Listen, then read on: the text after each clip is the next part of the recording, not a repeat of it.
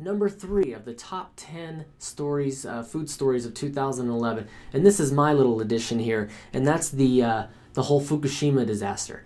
Of course, we know the disaster date.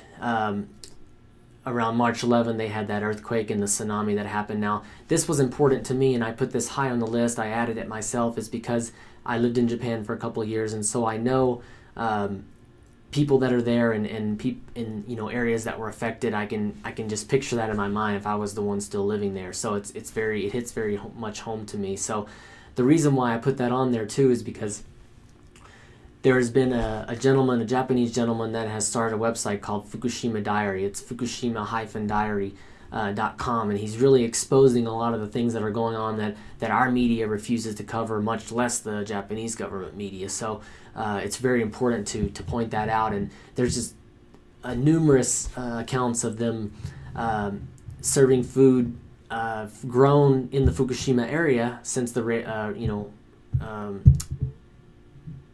radiation fallout and that whole disaster following the earthquakes and tsunamis, that they've used these. They're using the products that were grown in that area, and then in some cases just labeling it made in Japan, not from that area. So it's very deceptive, and we really need to keep abreast of that. And we're going to cover a lot of that this year. We're going to cover a lot of those stories from there and some noteworthy ones. So I put that as number 3 of the top stories overall. Just all the things that have been on that website, and that website really coming out and becoming popular, and people finding out about it, and myself finding out about it. So I think that's a very important newsworthy item to fit on this list, and that's why I added it. You can find more information about Fukushima Diary on my website, foodoffensive.com. And that brings us to number 2. We're approaching the end here. Another one concerning corn and just all the things surrounding that is this story, number 2, that came out in 2011. Corn Refiners Association sued for falsely claiming that high fructose corn syrup is the same as sugar. Now, we're going to get into high fructose corn syrup in a series of special reports this year in the next couple of months. But until then, we're just going to cover this story right now. And there are some crafty television ads. I had to go look at one, and it's really ridiculous, actually. That have come out, and they claim that high fructose corn syrup, also HFCS for short, is basically the same thing as conventional sugar. But those claims have gotten the Corn Refiners Association, CRA, the group responsible for creating those ads, in a heap of trouble. That's right, the Atlanta Journal-Constitution, AJC, reports that the sugar industry has now sued CRA for making these and other unproven claims about high fructose corn syrup that are inaccurate and misleading to consumers.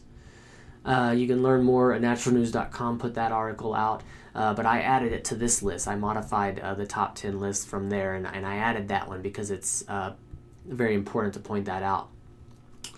And it quotes, "The industry has done a very good job trying to convince people it's sugar from corn." Michael Gorin, which is the professor of preventative medicine and director of the Childhood Obesity Center at the University of Southern California, USC. He is quoted as saying in AJC, it's not that. It's manufactured from corn by a highly industrialized process. It's very processed, and you can learn more, of course, naturalnews.com. Follow that article, follow that link down below.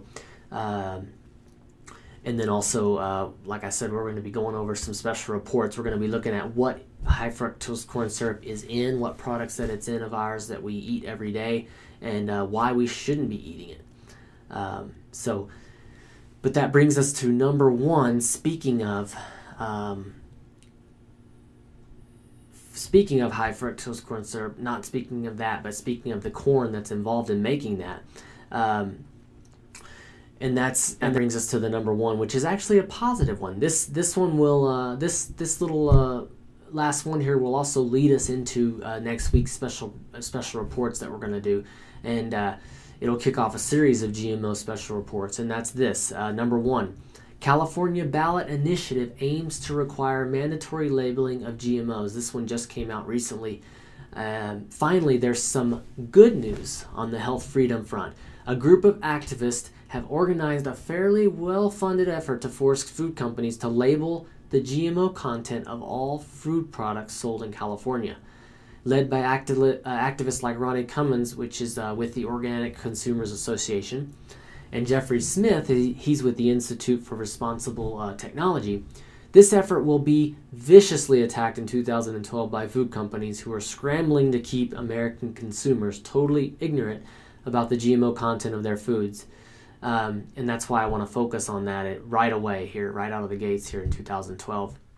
Is to really inform people about GMOs. So if you already know about them, if you already know about the genetically modified foods, genetically engineered ingredients, then you can pass this on to people that don't know, and hopefully they can see the articles, they can see the actual studies, they can see the proof of what it really is. And so it's important to pass those along.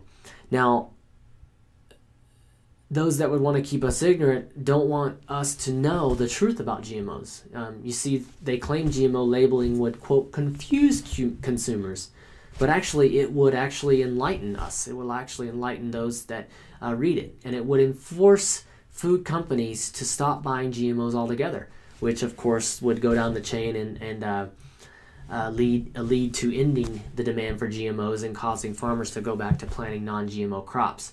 And that's the whole point, of course, is to do that and ensuring our food safety, ensuring that we're eating food that's not going to make us sick in the long run.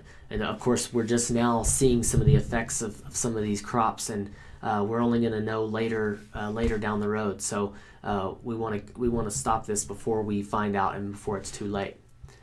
So to end this, to conclude the show.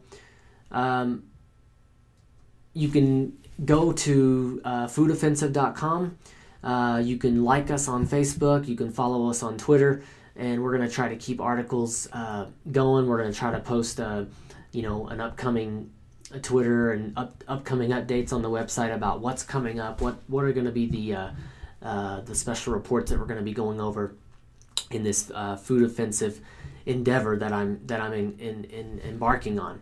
But you have just seen the maiden voyage of this with some technical little difficulties and catch-ups, but we're going to get through those, and we're just going to power through, and we're going to continue to bring you the news, bring you the good news about what's going on, the bad news, and how we can change the way we're eating, change the way that what we're putting into our bodies. And as the tagline says for Food Offensive, we are on the front lines of the food supply chain, of our food supply chain. We want to catch things. We're going to go offensive in the fact that we're going to be on the forefront. We're going to go out there and inform people. And then also in the other form of the word offensive, and it could be offensive to people at times, but we're going to continue on, and we're going to try to get the truth out there and show proof of it, and why we should get rid of some of the stuff that we're eating, and why we should help change